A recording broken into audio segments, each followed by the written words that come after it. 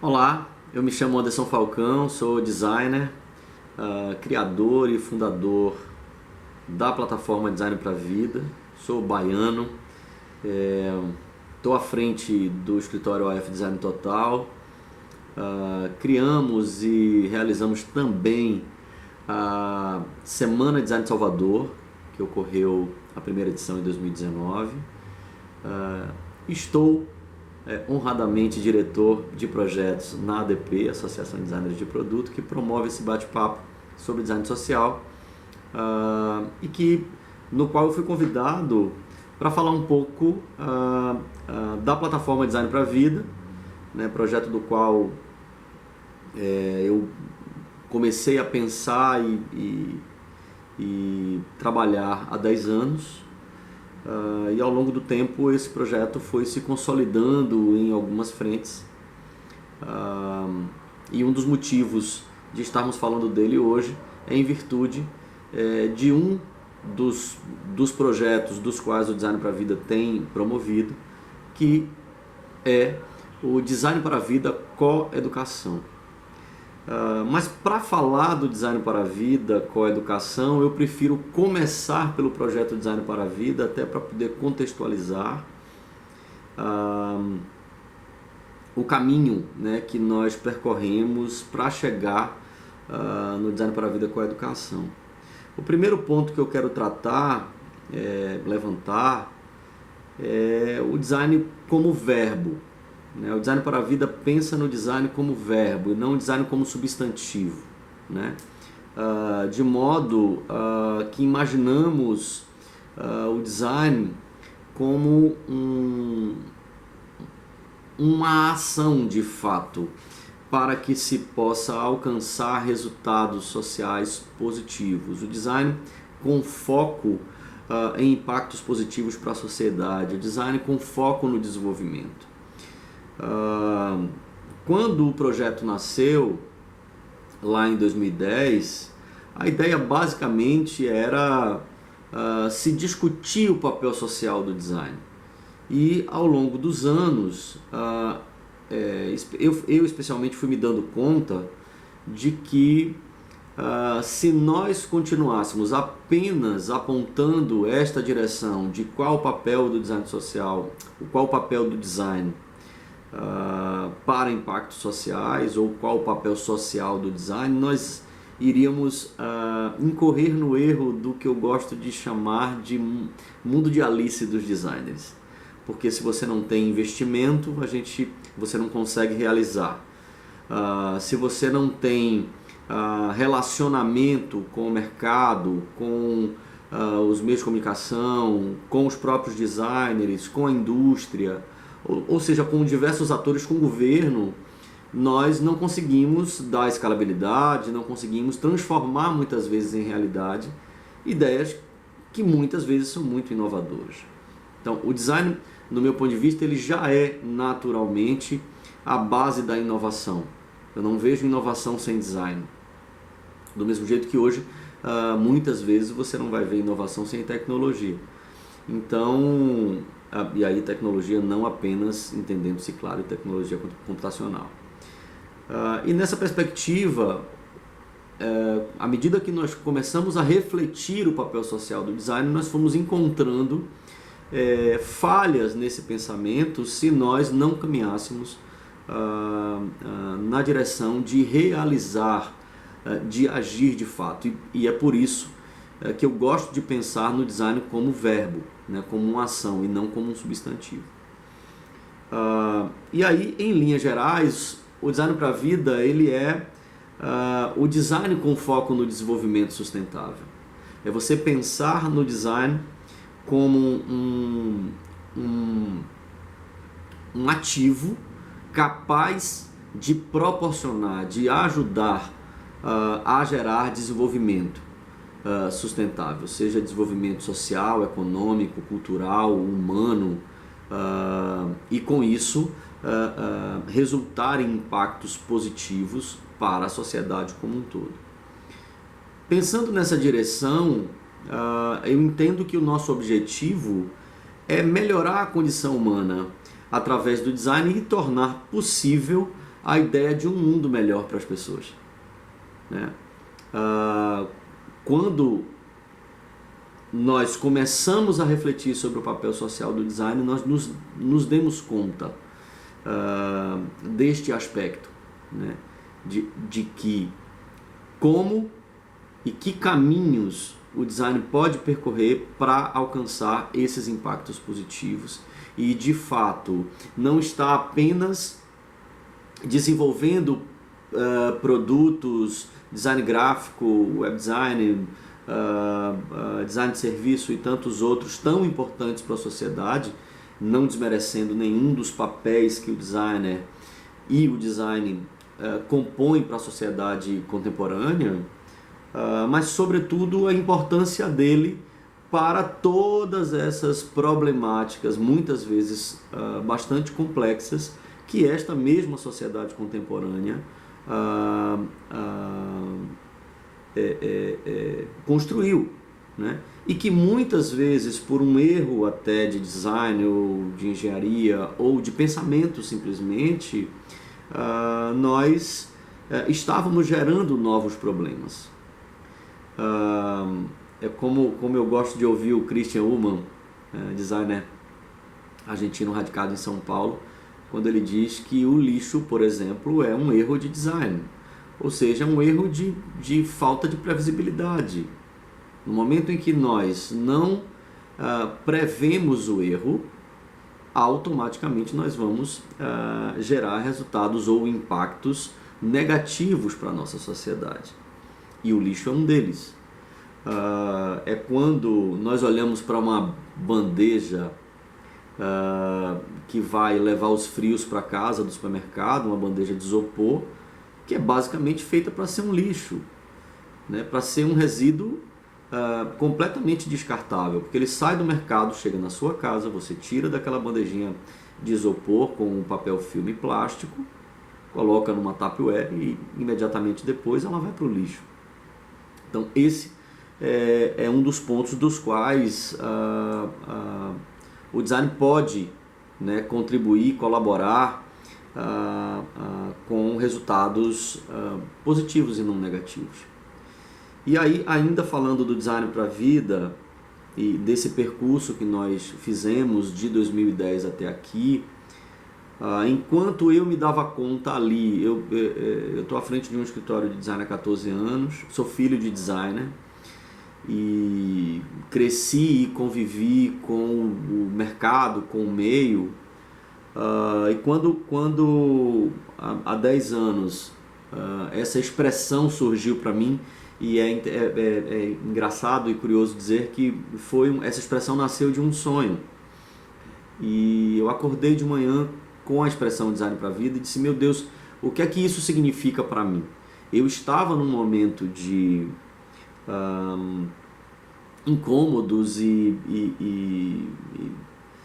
desconforto com o meu papel como designer, como microempresário do design, à frente de um estúdio que muitas vezes estava fazendo uma entrega sim de projetos com toda a responsabilidade, porém o que eu me perguntava era se era aquilo que eu queria fazer, se era apenas aquilo que eu queria fazer, ser contratado por um projeto e entregar um projeto em troca de um recurso financeiro simplesmente. Mas essa expressão foi que me fez refletir, começar a refletir que eu podia fazer mais do que simplesmente entregar o projeto. Eu posso fazer sim um projeto de imobiliário simplesmente a contrato e ponto. Mas o que é que eu posso fazer com isso? Eu posso pensar nos materiais, eu posso pensar que tipo de resíduo que eu não vou gerar, eu posso utilizar uma matéria-prima que vai gerar um impacto socioambiental menor ou nenhum impacto socioambiental para a sociedade. Então esse foi o ponto de partida. E ao longo desses 10 anos a gente vem construindo pensamento e reflexão e projetos, né? Até o ano de 2019, eu trago aqui alguns dos impactos que nós geramos. Primeiro, a partir dos eventos que promovemos. Nós promovemos desde 2011 eventos de reflexão e discussão sobre o papel do design, o papel social do design ou o design para o desenvolvimento, dentre eles as conferências Design para a Vida, que inclusive em 2017 aconteceu em São Paulo, e nesse caminho já foram mais de 100 mil pessoas que visitaram os nossos canais digitais, entre eles site, redes sociais e tudo mais.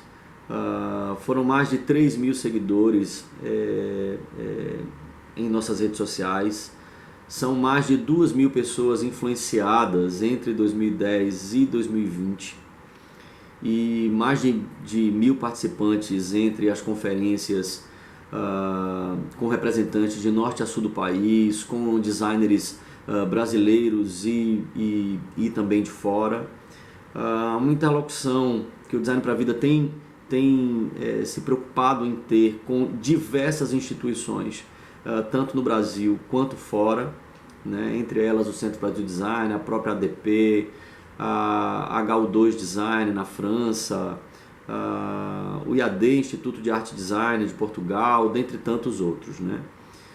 Já tivemos apoios de diversas instituições, entre públicas e privadas, instituições não governamentais, designers, governos, em diversas esferas, tanto municipais, estaduais quanto federais.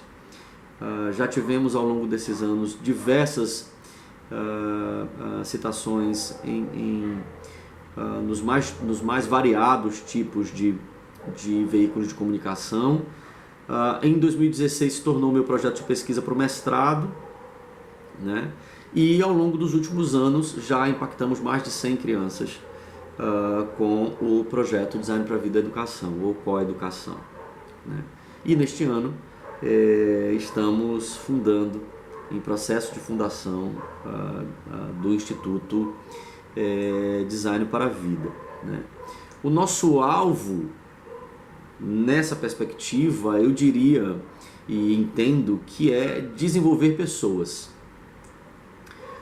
entendendo que se nós estamos caminhando ou pensando, refletindo no design com foco no desenvolvimento,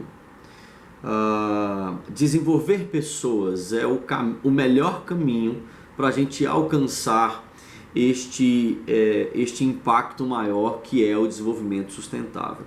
E é claro que é importante a gente ressaltar que o desenvolvimento sustentável ele é uma esfera muito maior do ponto de vista conceitual do que meramente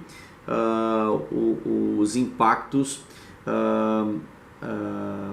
sobre a natureza, né? São os impactos ambientais. Então, a gente está falando de impactos no ambiente social, econômico, cultural, humano, né? Como eu disse há pouco. Nessa perspectiva, eu comecei a refletir junto com todos os diversos colaboradores que o Design para a Vida tem ganhado, né, ao longo desses 10 anos, que o design com foco no desenvolvimento ele é uma espécie de roleta da qual o design ele está o tempo inteiro em conexão com o desenvolvimento, com as diversas esferas do desenvolvimento. Ou seja, com o desenvolvimento social, com a sustentabilidade aplicada a todas as esferas econômicas, sociais, humanas.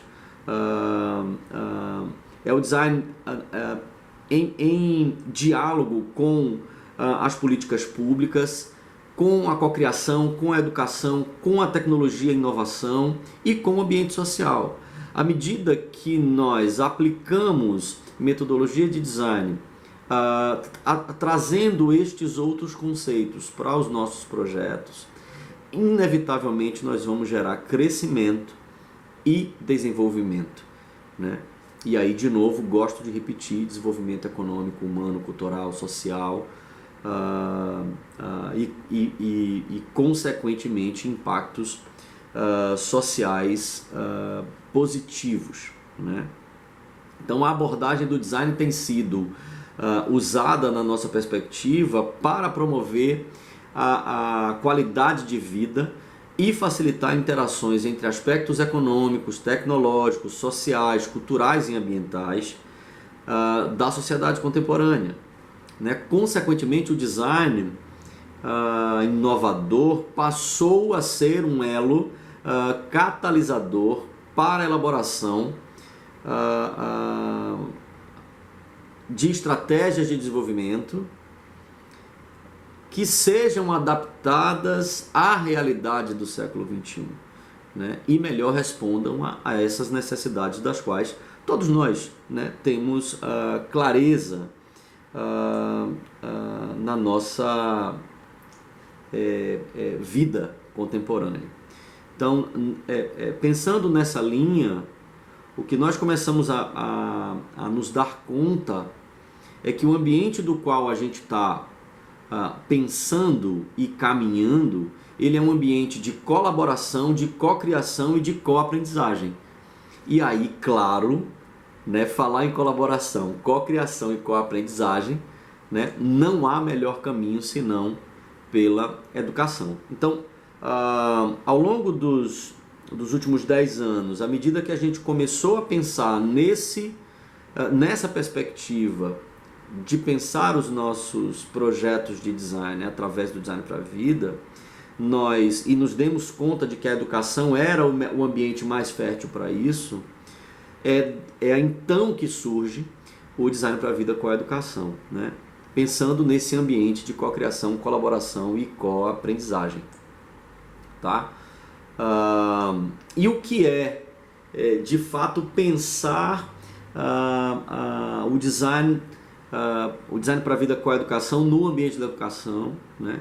É basicamente buscar trabalhar com jovens para projetar e construir seu futuro usando coração, mãos e ideias.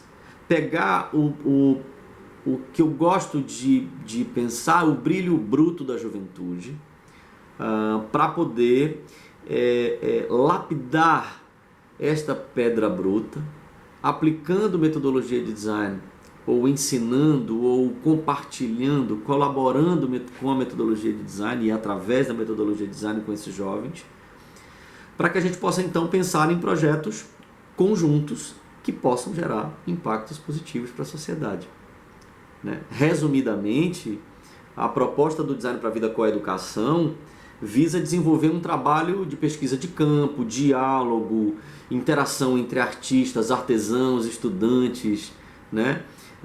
Aplicando no ambiente escolar e usando o design e seu potencial multidisciplinar ou até transdisciplinar, como eu gosto de pensar, na perspectiva de construir experiências co-criativas, colaborativas e de co-aprendizagem entre esses atores, né? Num processo completamente imersivo, na perspectiva de desenvolver um trabalho continuado no ambiente escolar, né, para a construção de processos criativos e projetos definidos colaborativamente com os estudantes e a facilitação e mediação, com a facilitação e a mediação da equipe do Design para a Vida como agente de integração ali entre esses diversos atores, tá? E aí, explicando um pouco melhor como é que isso funciona, eu gosto de pensar como pilares, né? E esses pilares, para a aplicação do Design para a Vida com a Educação, eles se baseiam em identificar e desenvolver habilidades, criar projetos comuns e integrar a comunidade. Em outras palavras, nós promovemos no ambiente escolar, primeiramente, uma apresentação da proposta do projeto, abrimos as vagas para os alunos voluntariamente se inscrevem para se aplicarem ao projeto Design para a Vida com a Educação. Uma vez a turma sendo selecionada, nós então identificamos essas habilidades, ou seja, divide esse grupo, que é um grupo ali entre 20 e 30 alunos, numa turma mista entre crianças e adolescentes entre o 9º ano do ensino fundamental 2 e o 3º ano do ensino médio. E ali nós identificamos primeiro as suas habilidades naturais. Quais são habilidades naturais? Algumas pessoas vão ter habilidades matemáticas, outras habilidades na área de humanas, outras têm habilidades de liderança ou de desenho, ou de administração, né? Cada um de nós tem alguma habilidade que já está ali à flor da pele, assim digamos. Uma vez feito isso, a ideia é capacitar esses jovens para desenvolver essas habilidades de maneira, claro, colaborativa e conjunta, né, com o grupo inteiro. Uma vez identificadas essas habilidades, o grupo é dividido, de modo que você tenha um gestor, que você tenha um diretor de projetos, que você tenha um diretor de finanças, que você tenha os designers, os engenheiros, né? Claro que chamando aqui de pseudo, né, cada um deles, que eles estão em processo de aprendizagem. Feito isso, nós partimos para o segundo pilar, né? Ou seja, identificar uma demanda que seja de interesse daquele grupo inteiro, para então criar um projeto de maneira completamente colaborativa e construtiva juntos, né? Co-criativa juntos. Então são feitos estudos em conjunto, são levantadas questões de maneira colaborativa ali, são colocados algumas ideias, né, para desenvolver o projeto, e então conjuntamente a equipe do Design para a Vida junto com os alunos define então que projeto vai ser desenvolvido, e uma vez definido o projeto, então nós começamos a tratar das diversas habilidades, trazendo oficinas e os ajudando, os conduzindo, os facilitando nas demandas que aquele projeto necessita para o seu desenvolvimento. Ao fim do período, os alunos eles precisam apresentar esse projeto, né? Com pesquisa histórica, com uma defesa metodológica e teórica, com referenciais tanto do ponto de vista teórico quanto do ponto de vista de projetual. Eles vão precisar montar uma planilha, eles vão precisar desenhar o projeto em si, enfim, criar toda uma defesa que corrobore para a possível realidade daquele projeto, né? E por fim, para que essas oficinas aconteçam, né, digamos que um projeto precisa de marcenaria ou de elétrica ou de aritmética, né? Nós vamos trazendo os facilitadores para ajudar os alunos para ir tendo acesso a esses conhecimentos que eventualmente eles não teriam, né? E de certo modo eles vão também integrando o projeto deles de maneira interdisciplinar com o restante das disciplinas curriculares. E por fim, o terceiro pilar, integrar a comunidade, ou seja, se a gente precisa montar uma oficina de marcenaria, vamos trazer um marceneiro da comunidade, o pai, o irmão, o tio, que faz parte do contexto daquele grupo escolar e do contexto da própria escola, tá? Passado por esse processo, o que eu gosto muito de ressaltar é que a proposta do Design para a Vida com a Educação espera facilitar o desenvolvimento de habilidades, conhecimentos, competências, fomentar a qualidade de vida na educação, contribuir para o avanço da aprendizagem, né? Então a gente entende que a educação deve afirmar valores e estimular ações que contribuam para a transformação da sociedade, tornando-a mais humana, socialmente justa e também voltada para a preservação da natureza, né? E deve estar, sim, perfeitamente alinhada a uma agenda, a Agenda 2030, onde estão pensados os objetivos de desenvolvimento sustentável das organizações, da Organização das Nações Unidas, né? Tem uma citação aqui reservada do Caligari, membro do Conselho Nacional de Educação e então presidente da Comissão de Educação da Base Comum Nacional Curricular, na qual ele diz: a maneira mais correta e atual de tratar o processo de ensino e aprendizagem está mais ligada a uma visão interdisciplinar do que em caixinhas. Ainda segundo ela, nós temos que assumir que estudantes vão aprender e melhor se forem protagonistas. Aliás, é essencial que os jovens tenham, durante o processo escolar, desenvolvido suas habilidades e seus conhecimentos no que diz respeito à criação autoral compartilhada e ao processo colaborativo. É necessário que possam sempre desenvolver programas e projetos significativos para si próprios e que tenham perspectiva na realidade futura ou imediata. As competências do século XXI, pensando a partir dessa fala da Caligari, dizem respeito a formar cidadãos mais críticos, com capacidade de aprender,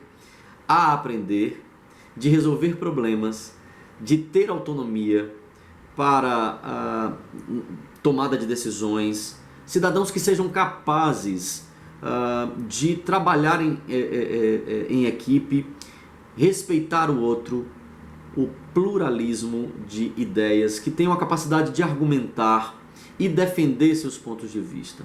A sociedade contemporânea impõe um novo olhar às questões centrais da educação, em especial o que aprender, para que aprender, como ensinar e como avaliar esse aprendizado. Essa é uma afirmação da Maria Helena Guimarães, quando então era secretária do Ministério da Educação. Nesse contexto, e eu estou fazendo questão de ler esta apresentação, nesse contexto nós enxergamos no Design para a Vida, com a educação, um caminho possível para facilitar e alcançar este pensamento, esta linha de pensamento para a educação, focando o nosso trabalho em contribuir para o desenvolvimento de competências e habilidades e preparar estes jovens a tornarem-se humanos com consciência crítica e cidadã, capazes de lidar com situações reais e aptos a resolver problemas concretos, né?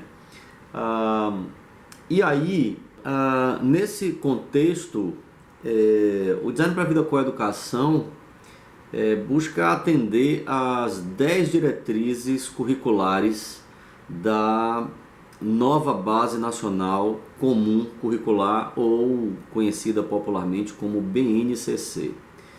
Nós passamos nos últimos anos por um processo de reestruturação desta Base Nacional Comum Curricular, e para buscar atender essas 10 diretrizes, né, o projeto pretende contribuir para a qualidade da aprendizagem, transversalidade curricular, desenvolvimento de habilidades e competências, redução da evasão escolar e a integridade comunitária. Por isso que, neste sentido, os objetivos de aprendizagem passam pela coaprendizagem, pela colaboração e pela cocriação. Como nós estruturamos o projeto, à medida que o projeto avançou e a Base Nacional Curricular foi aprovada, nós buscamos fazer um cruzamento do pensamento do design para a vida com a educação com a estrutura da Base Nacional Comum Curricular. Desta forma, a gente entende que coaprendizagem corresponde com desejo, ou seja, desenvolvimento de conhecimentos e competências intelectuais e investigação científica, que colaboração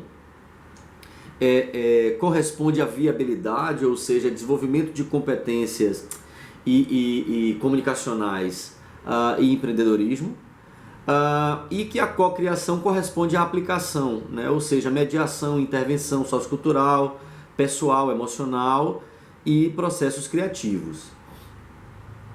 Deste modo, os objetivos de aprendizagem passam por, em seu percurso itinerário, passam por identificação das habilidades naturais individuais, por interesses e aptidões e perspectivas de futuro, pelo contexto local e relação com o território, na sequência por desenvolvimento de um projeto de interesse coletivo comum e, por fim, viabilidade e prototipagem. Então, quando a gente começou a pegar o nosso pensamento e aquilo que a gente vinha estudando e aplicando no ambiente escolar, como pílulas, e comparar com a BNCC, com a Base Nacional Curricular, e a gente começou a se deparar com pensamentos correlatos, né, que ajudavam nessa compreensão. E aí, desse modo, o projeto contribui para isso aí em comparação com as diretrizes curriculares, né, para articular teoria e prática, para análise, reflexão crítica e problematização, capacidade de aprender a aprender, leitura crítica, produção escrita, acolhimento da diversidade e singularidades, estímulo ao convívio e relações colaborativas, avaliação de caráter diagnóstico e formativo e, por fim, habilidades para resolver problemas, melhor dizendo. Nesse formato, nós fatiamos a aplicação do projeto em 3 fases, né? Também a fase de coaprendizagem, colaboração e cocriação, de modo que, como eu falei há pouco, a coaprendizagem está dentro do desejo. Então é neste momento que a gente vai trabalhar a compreensão das observações, né? No plano da viabilidade que está na colaboração, a gente vai analisar e problematizar as narrativas, avaliar os temas e propostas, propor a aplicação de soluções e então desenvolver o processo criativo. E na fase de aplicação, que é a cocriação, é a fase de implementação ou de prototipagem, né? E aí, entrando no alinhamento mais pontual da BNCC, de aprendizagem e em alinhamento com os Objetivos de Desenvolvimento Sustentável, né, nós tratamos de conhecimento, ou seja, valorizar e utilizar os conhecimentos construídos sobre seu universo concreto sócio e cultural, pensamento crítico, né, é o ponto 2, explorar o interesse intelectual, investigação, elaboração, resolução de problemas. 3, o repertório cultural, né? Valorizar as manifestações artísticas e culturais. 4, a comunicação, aplicar linguagens diversas, compartilhar conteúdos, experiências e construir ideias colaborativamente. 5, cultura digital, né? Uso e construção das tecnologias em benefício comum e individual, né? Compartilhando e criando em conjunto. 6, projeto de vida, né? Ou seja, reconhecer e apropriar-se de experiências e repertório para a compreensão e construção individual integrada ao território.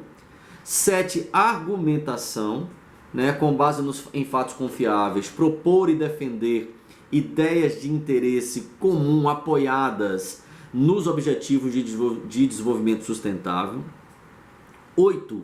Autoconhecimento, ou seja, o uso da compreensão de si mesmo, do outro e do mundo, de modo que possa aplicar na relação colaborativa e na proposta de ideias transformadoras. 9. Empatia e cooperação, né? O exercício do diálogo e a empatia na resolução de conflitos e construção de propostas que valorizem os direitos humanos e a diversidade. E por fim o 10, responsabilidade e cidadania, né? Ou seja, na construção do percurso, agir com clareza, resiliência e responsabilidade para tomar decisões com base em princípios éticos, democráticos, sustentáveis e solidários, né?